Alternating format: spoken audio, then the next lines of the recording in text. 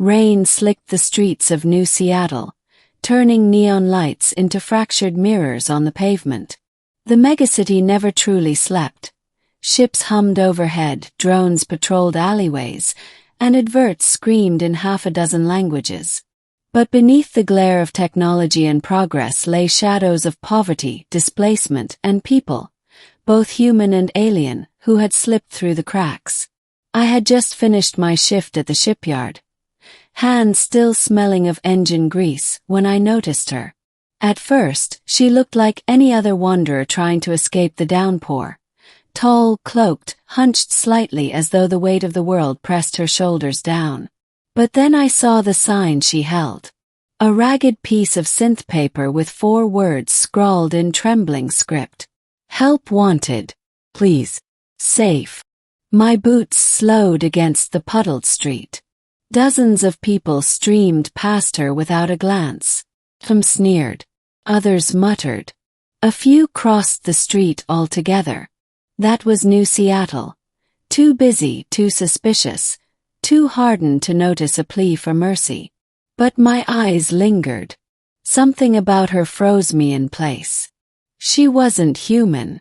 Beneath the wet hood, I caught a glimpse of skin tinted a faint shade of violet, iridescent when the neon struck it.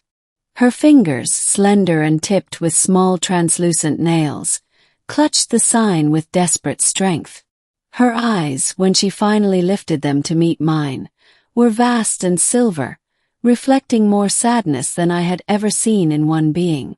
And for reasons I couldn't name, I stopped. "Do you need help?" asked cautiously.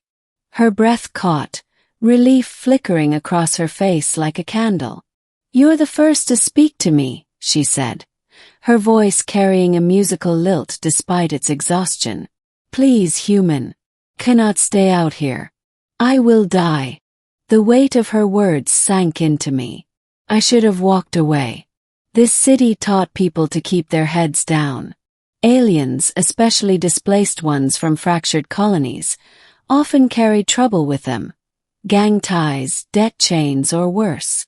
Yet something in her tone, in her eyes, rooted me to the spot. "Come with me," I said finally. "I've got a spare room." Her silver eyes widened.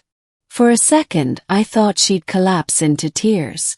Instead, she simply whispered, "Thank you." And so began the strangest chapter of my life. Middle. Her name was Lyra. Over the next few days, I learned fragments of her story. She came from Ethera, a colony world ravaged by both famine and conflict. When their cities crumbled, smugglers promised safe passage for refugees. Most never saw safety, just labor camps or worse. Lyra had escaped them only to arrive in New Seattle with nothing but scars, hunger, and a desperate will to survive.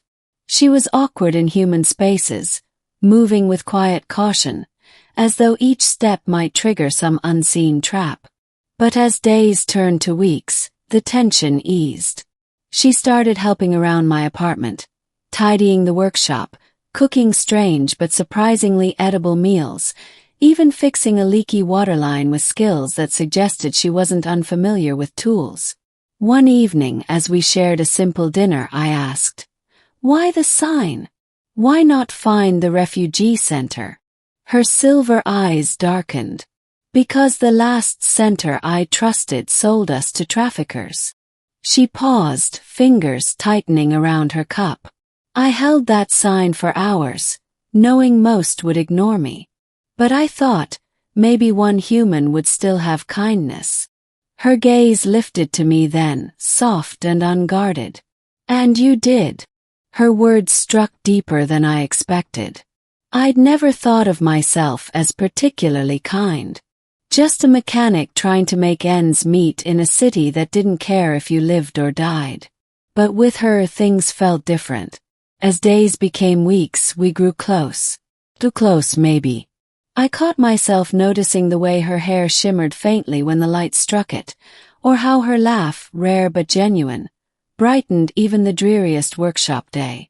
She, in turn, lingered near me more often. Sometimes I'd find her quietly watching as I repaired an engine, curiosity softening her usually guarded features. But peace is fragile, and New Seattle has a way of breaking it. One night, returning home from the shipyard, I found the door to my apartment half open. My stomach dropped. I rushed inside. Two men, corporate enforcers by their sleek black uniforms, stood in the middle of the room. Between them, restrained by electric cuffs, was Lyra. Her eyes darted toward me, wide with fear. "This your property?" one of them sneered. "She's not property," I snapped. He smirked. "Wrong answer. She's undocumented, no credits, no sponsor. That makes her corporate salvage under the Alien Relocation Act. And lucky for us, her kind fetches a high price." Rage burned in my chest. "Let her go." "Or what?" The second enforcer laughed, reaching for his baton. Something primal took over. My fists moved before thought could. A blur of strikes, a desperate struggle, pain flashing as their batons cracked against my ribs, but I didn't stop. Minutes later, bruised and panting, I stood over two unconscious bodies. Lyra, trembling, looked at me as if seeing me for the first time. "You fought for me," she whispered. "I'll always fight for you," I said without thinking. Her silver eyes shimmered, and for the first time she reached out, her hand trembling as it touched mine. From then on, everything changed. We couldn't stay hidden. The enforcers would come back stronger. So we planned. I tapped my network in the underbelly of the city. Smugglers, mechanics, old friends from the yard. Piece by piece I built a way out. Forged papers, a stolen transit pass, and a patched-up shuttle hidden in an abandoned hangar. Through it all, Lyra never left my side. She worked tirelessly, using knowledge of her people's technology to help modify the shuttle. Her presence transforming fear into determination. One night, as we tightened the final panel, I asked, "When this is over, where do you want to go?" She hesitated. "I don't care where. As long as I am not alone." Her voice trembled. "As long as you are there." The words silenced me. My heart hammered in a way no battle ever had. I realized then what I hadn't dared admit. Somewhere along the way, I had stopped helping her out of duty. I was helping her because she had become my home too. Ending. The escape was chaos. The enforcers came faster than expected, swarming the district just as we prepared to launch. Sirens wailed, drones scanned, and soldiers closed in. We raced through alleys, ducked under collapsing bridges, sprinted until my lungs burned. At one point, a blast nearly tore me from my feet. Lyra pulled me forward with surprising strength, refusing to let me fall. Finally, we reached the hangar. Bullets sparked off metal as we scrambled aboard the shuttle. Engines roared. With one last burst, the ship lifted, breaking through the atmosphere as the city shrank beneath us. For the first time in weeks, silence surrounded us, space stretching infinite and free. I collapsed into the pilot's seat, adrenaline fading. Lyra stood beside me, silver eyes wide not with fear but wonder.